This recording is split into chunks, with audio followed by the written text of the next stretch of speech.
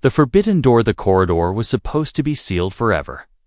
Dust floated like mist in the stale air, the light flickering as if it too feared what lay ahead. Jace shouldn't have been there.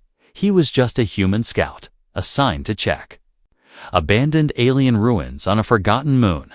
No weapons drawn, no backup. Just curiosity guiding his boots across the cracked floor. He didn't expect to hear a pulse, but he did.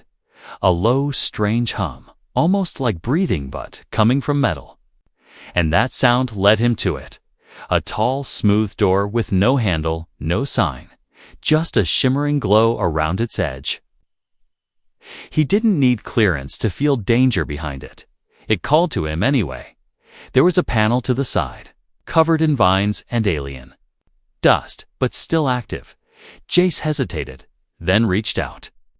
As soon as his fingers touched the surface, the light flared on the door, creaked open with a low hiss. Inside was cold and dark, but not empty. He stepped in slowly, each breath loud in the silence, and then he saw her floating inches above the floor. Surrounded by rings of glowing energy was an alien girl. She had pale, almost glass-like skin, glowing lines across her cheeks and silver cords flowing from her back into the ceiling. She wasn't dead.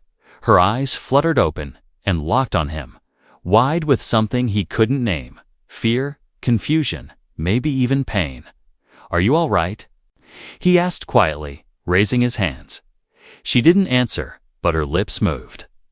Trembling as if her voice had never been used, Jace took one step closer, and the lights around her flared. Reacting to him, she flinched, her body twitching in the air.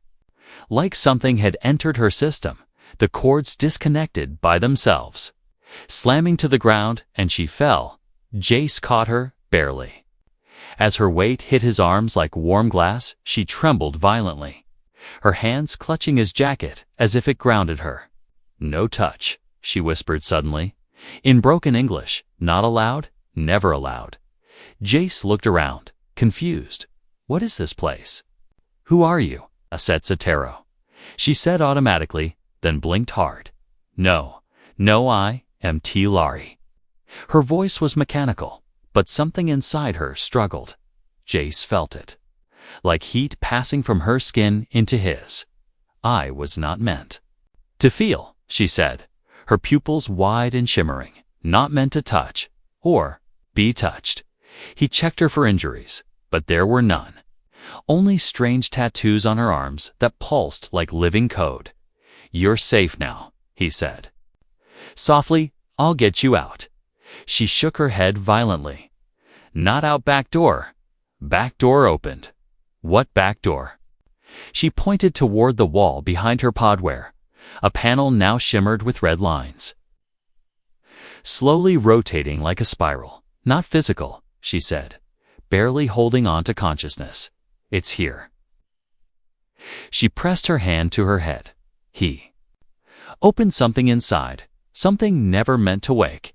Jace helped her stand, and she nearly collapsed.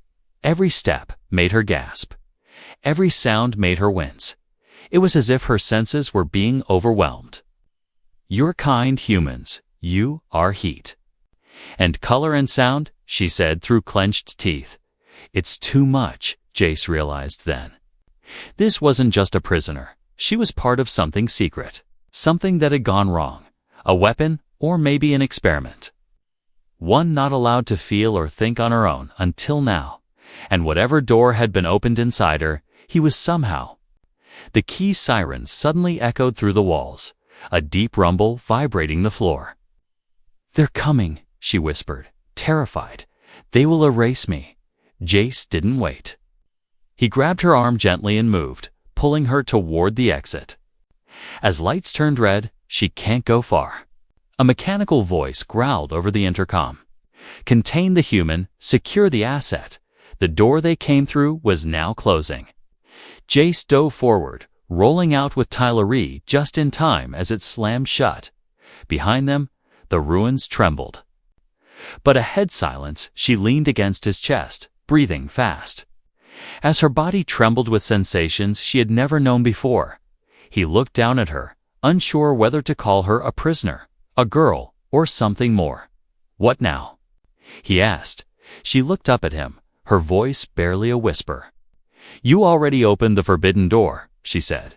"Now you must walk through it with me." Asterisk unlocked memories. The moonlight danced across Tylari's pale skin as she lay hidden in the corner of an old human bunker. The place smelled of dust, oil, and old metal, but it didn't scare her. What scared her was her own body. Her heart beat too fast, her breath too deep, and her fingers trembled even without movement. Each sound dripping water, humming walls. The flicker of an old monitor felt like thunder in her skull. Jace watched from a short distance, carefully, silently, not touching her. Not wanting to cause more distress, he had seen fear before. He had seen broken soldiers and lost children. But he had never seen someone becoming something new. "Water," she whispered, finally. Her voice dry.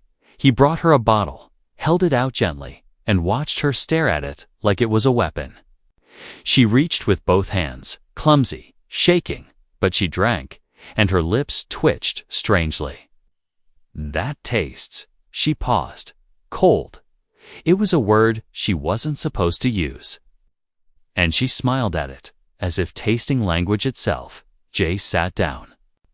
Beside her, not too close, just enough for her to feel him nearby. "You've never had cold water before?" he asked, trying to sound calm. Tylari shook her head. "We do not eat, or drink, or feel," she said, pressing her fingers to her temples. "But now, everything burns, tickles, spins." He listened quietly as she continued. "The scientists built us to obey, to calculate, to kill if needed. But emotions, they were locked away." Her voice trembled. There was a firewall in the mind, a wall behind a wall. Something not even our makers could touch. They called it the back door. Jace frowned. "And you think I opened it?" "Yes," she said, meeting his eyes for the first time. "Your presence. Your contact heat cracked something like warmth touching frozen glass." She wasn't angry. She wasn't even blaming him. In fact, part of her seemed curious, hopeful. "Even I remember flashes," she whispered, "before this body, before the pain. I remember colors, a voice, a song with no melody." He tilted his head. "You're remembering things from before you were activated." She nodded slowly, maybe from the genetic source, or a past life. They said such ideas were myths. Jace didn't laugh. He didn't mock her. He leaned back against the wall and stared at the cracked ceiling. "Well, I believe. Memories don't always stay dead," he said. "Sometimes they wait for the right trigger." Tylari stared at him, her head tilted slightly. "Why do you speak like that?" she asked. "So? ... Gentle Jace smiled a little. "Because you look like you've been treated like a machine your whole life. And maybe it's time someone didn't." Something in her expression shifted, something tender, fragile, real. For a moment her body stilled and her breathing slowed. And then her chest rose again, sharply, as her nervous system flooded with new signals. "I don't know how to process this," she whispered. "You make me want to move closer, and it terrifies me." Jace didn't move. He let her decide, after a long silence. She slid an inch closer, not touching, but near enough to feel his heat. "This is comfort, isn't it?" she asked. He nodded slowly. "Yes, this is comfort." Another shiver passed through her body, not from fear, but awakening, and then she said something strange. Something that made him pause. "My people will come soon. They will feel the change." "In me," Jace looked at her. "They'll try to take you back." "They won't ask," she said simply. "They will cleanse the anomaly, reset the mind, erase all non-authorized input." His jaw clenched, "Including me." "Especially you," she said. "You are the infection in their code." Jace stood, checked the door, then looked back at her. "Then we can't stay here." He said, "We move at first light." She reached for him, hesitantly, her hand trembling, and touched his wrist. "Jace," she said, her voice clearer now, "if I begin to forget, ... will you remind me?" He didn't answer with words. He placed his hand gently over hers. Not as a soldier, not as a rescuer, but as someone who understood what it meant to be human. And in that fragile moment, a memory unlocked in her mind. A soft hum, a glowing sun. A world she had never seen where she once felt something just like this. And for the first time, she allowed a tear to fall. It didn't hurt, it didn't burn. It simply rolled down her cheek, and she whispered, "This is what I was missing." Sensation overload. The morning air hit her skin like fire and ice. Tylari stumbled outside the shelter, blinking rapidly as sunlight poured into her eyes. It was her first sunrise, not a simulation, not a projection, but real. She didn't know the word for it, but her body reacted before her mind could. She gasped and dropped to her knees, the heat of the sun warming her face. The ground beneath her cool and damp. Jace knelt beside her, concern in his voice. "Are you okay?" She reached out blindly, grabbing his arm. "It's too much," she whispered. "Everything is too loud, too soft, too alive." Her fingers twitched. And her chest rose and fell like she was learning to breathe all over again. The sounds of birds, distant wind turbines, creaking metal all struck her at once like a storm inside her skull. Colors weren't just things she saw now. They felt like emotions painted across her mind. The blue sky made her chest tighten with something like longing. The green leaves made her eyes sting like sadness. She didn't understand it, but she felt it all. Jace helped her sit on a broken crate beneath the shade. "You're experiencing what humans do," he said softly. "Raw input, filtered through feelings." She gritted her teeth. "How do you survive this?" He chuckled gently. "We grow used to it. I was never taught to feel, only to obey," she said, holding her chest. "But now I hear your voice, and my stomach turns like I'm malfunctioning." Jace smiled faintly. "That's not a malfunction. That might be affection." She froze, as if the word itself triggered another cascade of pulses in her nervous system.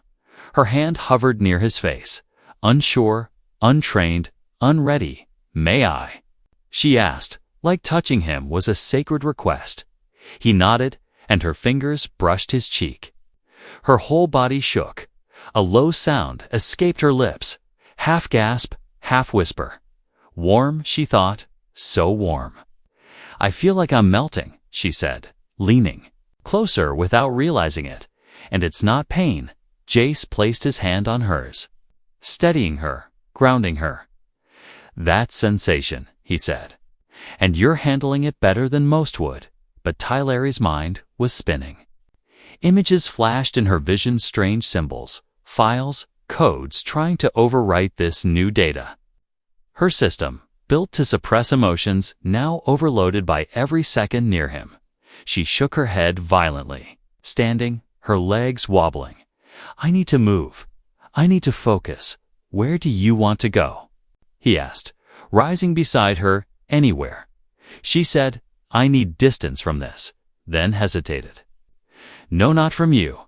From this storm inside me." They walked along the edge of the ruins, her hand occasionally brushing his arm, every time sparking another internal quake. Then they reached a quiet place, a collapsed greenhouse filled with wildflowers that had grown through shattered glass. Tylari stopped cold, staring at the colors, the petals, the dancing light she reached for. One a purple bloomand as soon as her fingers touched it. She cried, not because of the flower, but because of what it reminded her of. "I remember this," she whispered, "not here. But in a memory someone once gave me one of these." Jace watched her carefully. "You had a life before the lab." "I think I was taken, not born," she said softly. "And now that this door is open, The old me is trying to return. Her tears fell faster now, and she didn't hide them. He moved to her, opened his arms, and this time, she didn't hesitate. She fell into him, pressing her forehead to his chest, listening to his heartbeat like it was music. "I thought I was just a machine," she said, "but now I can feel everything." Jace held her close, whispering, "You're not a machine, Tylari. You're becoming human in the ways that matter most." She breathed him in, the scent, the warmth, the pressure of his arms, and for the first time, she felt something deep and real awaken. Not just a system glitch. She felt alive, but far above them. A small red light blinked in a drone hidden between the trees. The recall signal had been sent. They were no longer alone. Asterisk, the recall signal the piece didn't last. Tylari had just learned to smile barely. Just once when a soft beeping echoed. Through her chest, her body stiffened instantly. Her hands clutching the fabric of Jace's jacket. He felt the change before she even spoke. "What is it?" he asked, steadying her. She backed away slowly, her fingers glowing faintly with pulsing red light. "The signal," she whispered. "They found me." Jace turned toward the trees, scanning the skies, but he saw nothing. Then he noticed a faint shimmer between the leaves, a floating orb barely the size of a fist. A surveillance drone, silent and sharp, hidden by cloaking tech. "Stay behind me," he said, pulling out his old pulse blade. Tylari shook her head. "It's too late. The signal has already been received. What happens now?" She looked down, her voice shaking. "They will come, not to retrieve, but to erase." Jace stepped closer, his voice low but firm. "Then we run." She didn't move. "I can't," she said. "The command is already inside me." He blinked, confused. "What command?" "My body is wired to their control," she explained, lifting her arm to show a blinking mark beneath her skin. "If I go too far, too long, they will shut me down." Jace cursed under his breath, then looked at her with new determination. Then, "We're cutting the wire," he said, pulling out a small toolkit from his backpack. "You can't," she whispered. "It's not just physical. It's inside my neural pathways." He stared at the blinking light, then at her eyes, full of fear. "I'll find a way," he said. "But first, we need cover."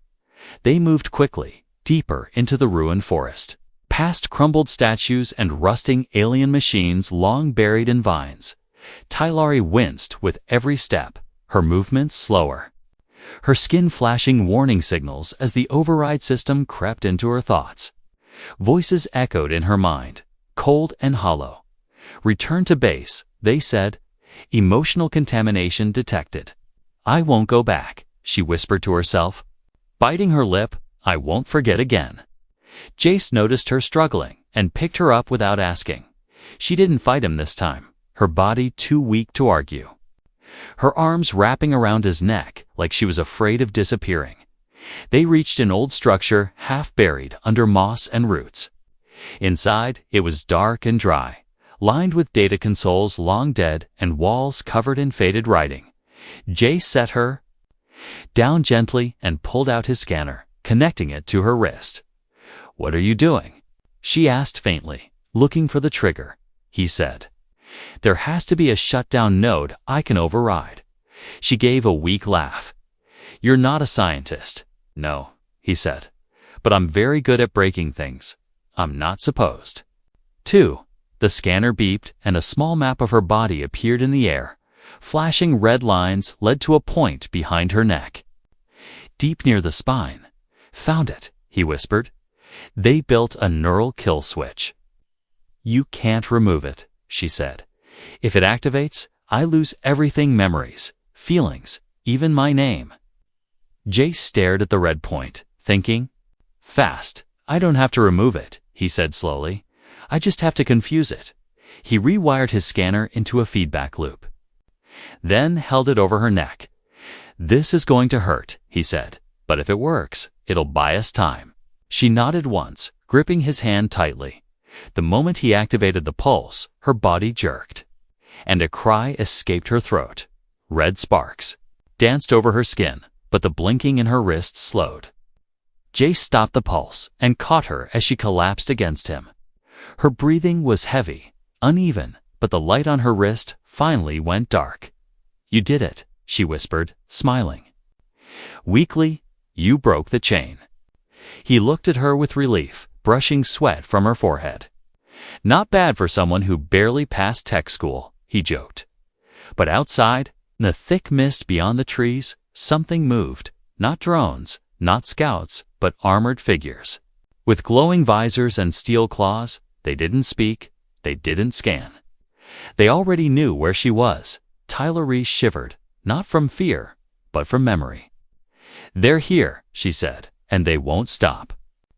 Jace stood, blade in hand, face set like stone. "Then let them come," he said. "Because I'm not giving you up." And this time, when she looked at him, she didn't see a soldier. She saw her reason to fight back. Shutdown protocol, the trees stood still, but the wind had changed. Even the birds, once loud and restless, had gone quiet. Jace could feel it in his bones the moment before a strike. When the air grows tight and time slows down, he pressed his. Back against the stone wall, his pulse blade humming softly.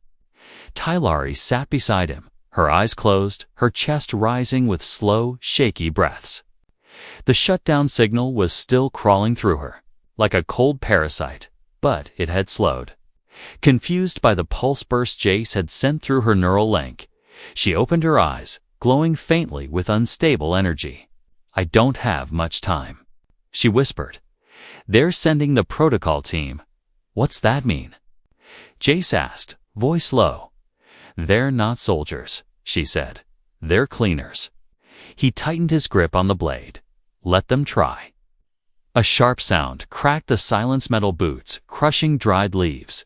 Shapes emerged from the mist. Three tall figures in black armor, each with red lights moving across their faces like scanning eyes. One stepped forward, raising a hand. Asset Zadaro. It spoke, voice emotionless.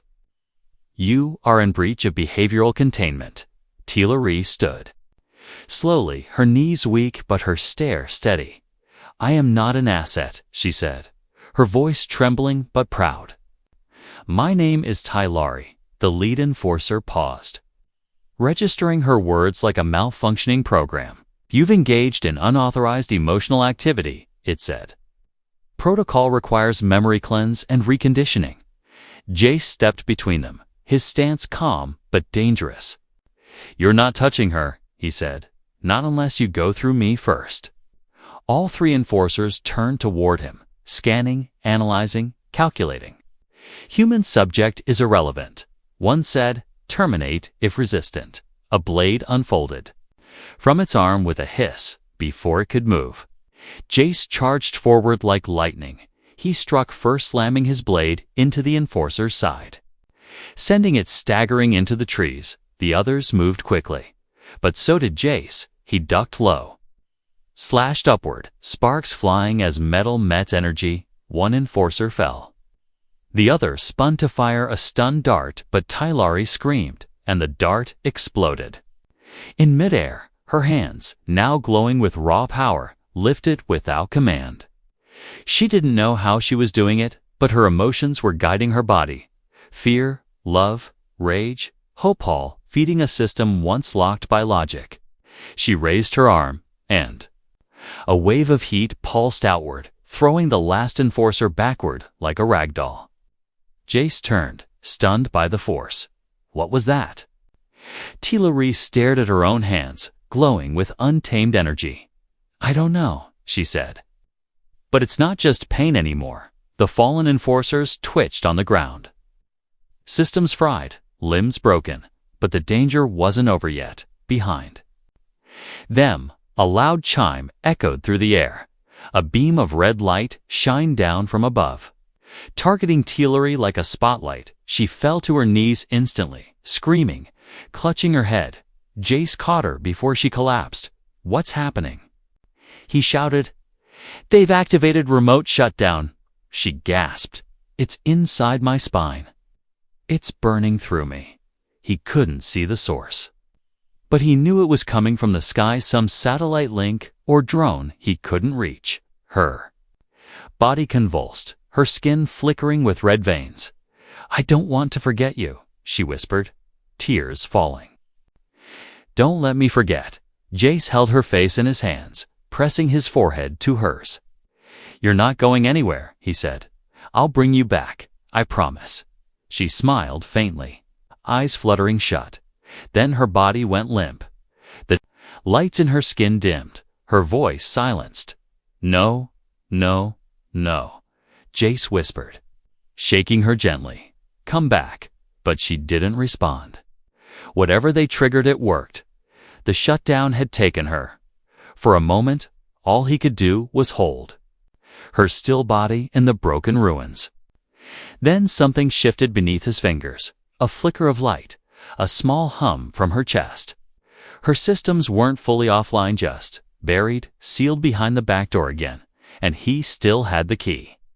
The choice. The ruins were quiet again, but it was not peace. Jace sat on the cold ground, cradling Tillery in his arms, her skin pale and glowing faintly under the faint starlight.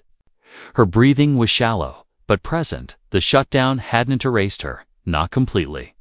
It had buried her inside herself, locked her in some kind of mental cage, deep beyond conscious reach. Jace looked into her blank eyes, searching for a spark. A twitch, anything. "You're still in there," he whispered. "I know you are." The override device still blinked on her wrists, lowly, like a fading heartbeat. He had no more tech, no tools left to hack it. No time to find help, so he tried something else. Something no alien protocol ever accounted for. He sang, his voice was soft, uncertain, but steady. A tune from his childhood, something his mother used to hum when storms rattled the house.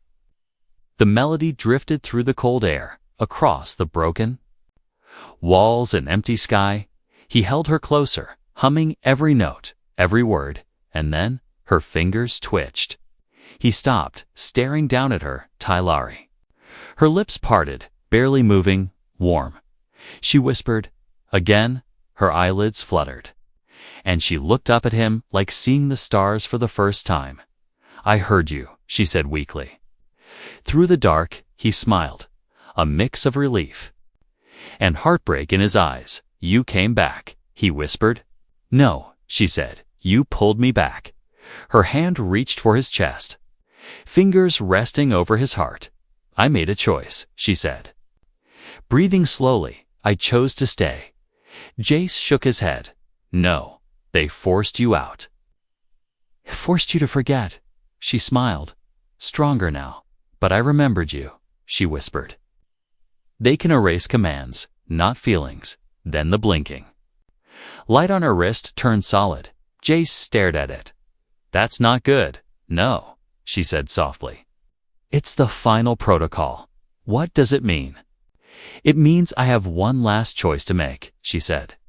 "I either go back and let them reformat me, or I sever the connection completely." Jace looked at her. "What happens if you sever it?" "I lose all synthetic systems," she said. "No backups, no self-repair, no enhancements, just a normal body." He asked. She nodded.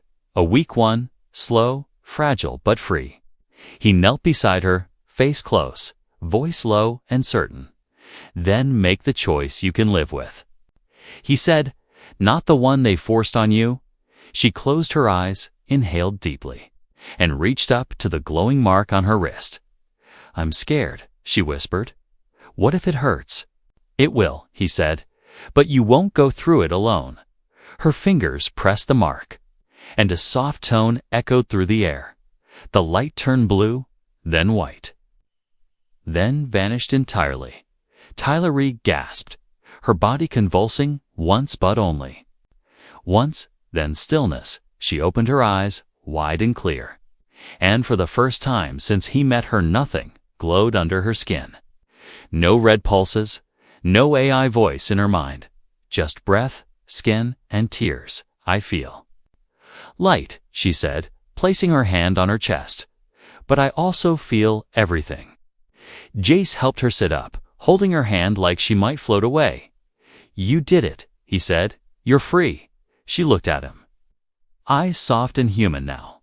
I'm real now, she said. I chose to be real, but the danger wasn't fully over. In the skies above, a shadow moved a larger vessel, slower, scanning. They'll come for me again. She said, they won't stop, then we stay moving. Jace said, or we find a place where they can't reach. She nodded, wiping the tears from her cheeks. I don't regret it, she said. Not even the pain. They stood together, side by side. Beneath a broken world and a rising moon, one human, one former weapon, walking into an uncertain future. But this time, she had made her choice, and it was hers. Through the back door, the ship hovered silently over the jungle moon. It was not here to fight anymore. It was here to watch, to record, to understand.